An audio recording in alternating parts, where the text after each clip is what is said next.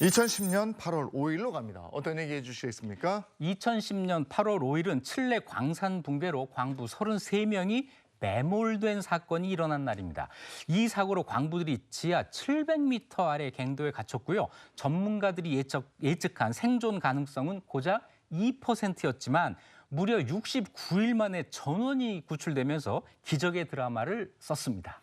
지금 그게 대단한 거예요. 네. 가장 깊은 곳에 가장 오래 매몰돼 있었는데 전원 구조. 네. 이거 대단한 거예요. 대단한 거죠. 33인의 광부가 쓴 희망의 이야기, 기적 스토리입니다. 먼저 사건이 발생한 그날로 돌아가 봐야 될 것 같아요. 네, 2010년 8월 5일 칠레 북부 산호세 광산에서 붕괴 사고가 일어납니다. 약 70만 톤의 암석과 토사가 갱도를 뒤덮었고 지하 700m 지점에 광부 33명이 갇히게 되는데요. 이들이 처한 환경은 평균 기온이 32도. 습도가 95%, 대피소엔 성인 10명이 48시간 동안 생존할 수 있는 식량과 음료수만이 있었습니다. 야, 이게 상상만 해도 숨막히는 더위에 식량도 턱없이 적고 그야말로 절망적인 상황이었는데 광부들은 어떻게 했나요?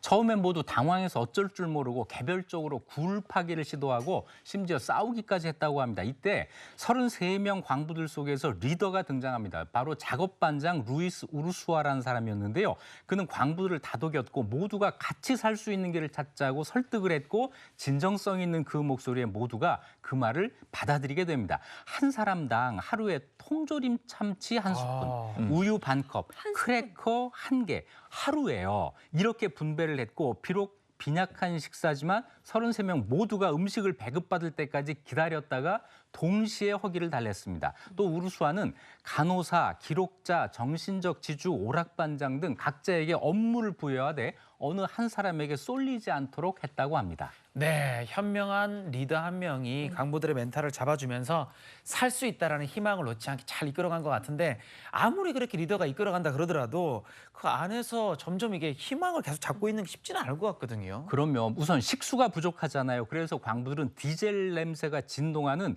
발굴에 쓰는 공업용 술을 마시면서 견뎠다고 합니다. 그런데 당뇨병을 앓고 있던 한 광부가 그 물을 마실 수가 없어서 자기 소변을 마셨다고 해요.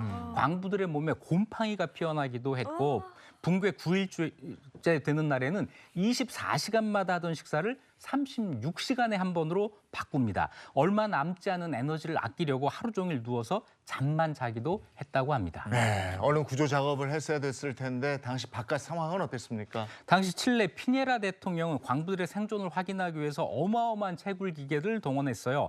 광산 안에선 서서히 감지되는 드릴 소리를 들으면서 하루하루를 버텼는데 그러다 17일째 되는 날 광부들이 놀라운 장면을 목격합니다. 드릴이 그들이 있던 대피소 벽을 뚫고 나온 거예요. 광부들은 그 드릴에 이렇게 쪽지를 적어서 매답니다. 우리 33인 모두는 대피소에 살아 있습니다. 이 소식은 칠레 전역으로 퍼져나갔고 칠레 국민들 모두가 얼싸안고 기뻐했습니다. 야, 광부들 모두가 생존에 있다는 걸 알았으니 희망이 점점 더 커졌겠는데요. 위치를 알았잖아요. 그럼 이제 뭔가 물품을 전달할 수 있었을 것 같아요. 네, 그렇습니다. 이 광부들에게 주어진 세상과의 유일한 통로는 지름 10cm의 작은 구멍뿐이었습니다. 구조대는 재빨리 작은 구멍을 통해 소형 카메라와 산소, 식량, 식수 등을 내려보냈어요. 광부들은 카메라로 자기들의 모습을 찍고 가족들에게 영상 편지를 보내고 희망의 메시지를 보냈습니다. 이 비디오가 순식간에 전 세계로 퍼지면서 감동을 주게 되는데요. 이 구호 물품 중에 우리나라께 있어서 아주 주목이 돼요. 뭔가요? S전자의 핸드폰. 이게 같이 내려갑니다. 칠레 광부들은 이 휴대폰으로 칠레 광산업 장관의 메시지를 확인하고 그 안에서 국가대표팀 축구 경기를 관람하기도 했다고 합니다.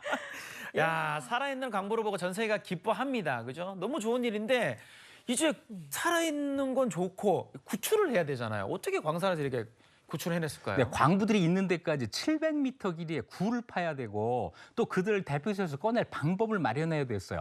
그런데 당시 칠레 기술로는 이게 넉 달 이상 걸린다. 그래서 결국 해외 온갖 기술진과 자원봉사자들이 칠레로 모여듭니다. 그래서 매몰된 지 69일 만인 10월 12일 오후 11시 20분 첫 번째 구출자가 나옵니다.